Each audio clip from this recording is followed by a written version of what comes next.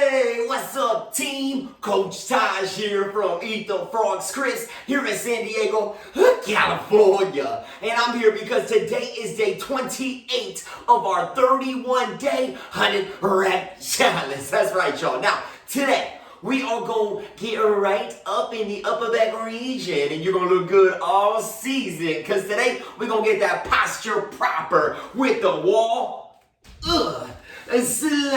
That's right, we are doing wall slides, and you are going to want to get on all the water slides when you sit upright. You know what I'm saying? Now, with this exercise, as you can see, I got a nice big white wall. You don't have to have a white wall, but you do need a wall, whether big or small, whether you are short or tall, if you want to ball. You know what I'm saying? But find a wall, any type of wall, and you're just going to slowly, lightly lean to it and bring your back to it. Now, with a wall slide, the goal is to have everything from the waist up that is able to be on the wall. So ideally, you're gonna walk up to the wall, but you want your feet about a foot or so off the wall, so you're able to drive your belly into the back and make that back come in contact with that wall. So what I like to do to start, I like to flip my pelvis. So tuck your belly, really drive your belly in, tuck the pelvis and drive the belly into the wall so your lower back is driven. That is step number one. Make sure you have a soft bend in those knees and you have a firmly grip with those feet on that floor. Now, making sure that lower back is driven, now you're going to go ahead and rest your head and have your entirety of your upper back on the wall as well. Also, making sure that during this entire process, your lower back never comes from contact of that wall. Now from here, shoulder roll back, gluing the upper back, the entire back on the wall, and having the head on the wall. You're then gonna bring your arms on the wall and you're gonna shape like a cactus. Now the hardest part of this entire thing, especially if you have, let's say, minimized shoulder mobility or any lack of range, what can be difficult is getting your arms, your hand, your elbow, your shoulders, everything glued to the wall while maintaining that lower back contact with the wall. The biggest thing here is your goal is to create that alignment. So as we slide up and down, you are activating the entirety of that upper back, and you are telling your body, hey, I want this posture and I want to activate my muscles so I maintain this for longer durations and periods of time. Now, once again, flip the pelvis, drive the belly in, lower back's glued to the floor, bring the arms up like a cactus. Now from here, you're just gonna slide your arms all the way up to full extension, whatever that is for you, and then slide them all the way down nice and slow. Now your goal is to make sure that your wrist, the entirety of the arm, a lot of times as you fatigue, or let's say if you have any tight areas, especially around the shoulders, let's say especially around the upper back, anywhere in the traps, what happens is your wrist starts to kind of float off the wall. It's okay if that happens. Bare minimum, we want to make sure our fingers, our elbows, and our shoulders stay in contact with the wall the entire time.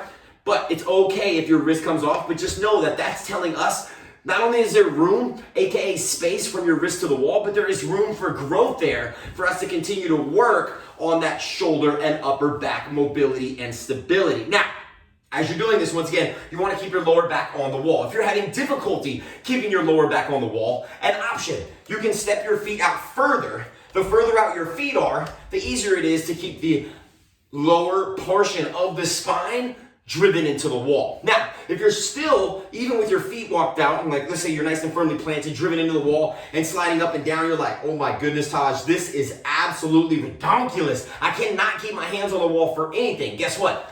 You can come off the wall as an option as well. So instead of being on the wall, you can just shoulder roll back, tuck the pelvis, pretend like you're on a wall, so staying nice and tall, bringing those arms up like a cactus. Really squeeze those shoulder blades back together, activate your upper back, and just go up and down nice and steady. Now, you don't have to go any lower than shoulder height, so you could use something like a mirror, a camera, just like I'm using here, so you can see your reflection to make sure that you're doing the proper movement. Also, still making sure that you're leading with those hands as well, and making sure that we're not here with our hands out. We actually want to keep our arms in line with our ears as we go up and down if we're choosing to not use the wall as well. Now, on the other end of the spectrum, if you really want to turn it up and you're like, Tosh, I want more heat. Ooh, I want some more heat for my physique so I burn more calories when I eat. You know what I'm saying? Well, guess what you can do? Wall sit. That's right. You can come all the way down, into wall sit town. So now your knees are bent at a 90-degree, drive your belly in. Now your thighs are engaged, shoulders are rolled back, arms are on the wall, and you're just slow and steady slow and steady. You can also try to bring your elbows down lower. What that does is starts to activate your lats a little bit more and starts to incorporate more of the back. And that gives you more range and more activation for a longer period of time. Also slower and more, 1, 2, 3, 4, 5, 6, 7, 8, 9, 10. Whoa, I'm telling you, it gets spicy real good and real quick. But the slower you go and the more you're in control with this movement, the more activation and the more physical fascination that you will have as you're doing it as well. So with the challenge, deeper, slower, and lower are the main 3 components for you to take this exercise to the next level. Now, once again, let's say if you have any shoulder impingements and you just overall for the option, you're just not able, even just from a standing position, to work on pressing overhead. Maybe you're just doing something where it's just like a lateral raise, or even just bringing those arms up and just working with or without weights, totally up to you, but just starting to really warm up those shoulders, maybe even just getting into some rear shoulder circles to really warm up those traps in the upper back as well. You can also pay attention and watch the pronated pinch and press. I have some options in there which are great for the upper back, along with Superman's, where you're just really, maybe you have your arms up, you're just working on squeezing, or even having your arms parallel to the floor with that 90-degree bend, and you're just working on retraction in the scapular region. So just really working on squeezing those shoulder blades together and relaxing. You can even do it with your arms at your side, where you're just retracting the scaps and then slowly release. Keeping the eyes up, core is tight, retract the scaps and slowly release. Now, once again, this is an exercise that regardless of the variation that you choose, your upper back is going to get hot. I'm telling you, these are small muscles that are activating that you may not use on a regular basis that will literally blow your mind on how quickly they fatigue, and it is important that you are listening to your body. If you need a recovery period, or if you need to take a break and go do a different exercise and come back, please do, because 100 reps will catch up quickly. So, just as a recap, with the wall slide, the biggest thing is you're gonna lean against the wall. You want everything from your waist up to be on contact with the wall as much as possible. That is the goal. You're gonna flip your pelvis and drive your belly into the wall so your lower back is driven. Then you're gonna roll your shoulders back and bring the rest of your spine to the wall. Everything but your neck, just because of the crown of the head, is gonna be touching the wall. Got your head on the wall. You're gonna shoulder roll down. You're then gonna bring your arms up to shape I'll say a W, or I'll say a cactus, a little cacti. You're gonna make sure that everything, including your wrists, are driven into the wall, and then you're just gonna slowly slide up, maintaining contact nice and slow.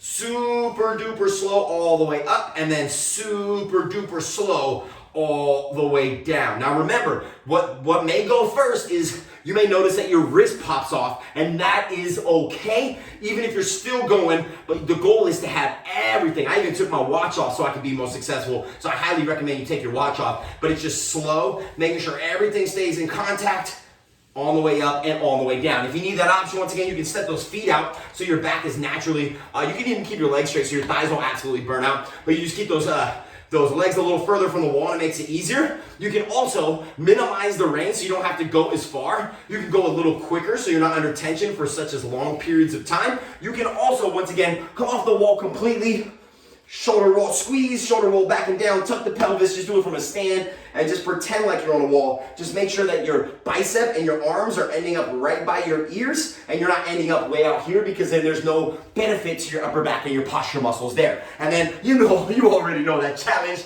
Ooh, it's gonna take you to the next level. You're gonna come all the way down into a good old-fashioned wall sit. Drive the belly in, making sure the entirety of the back's on the wall, and slow on the way up.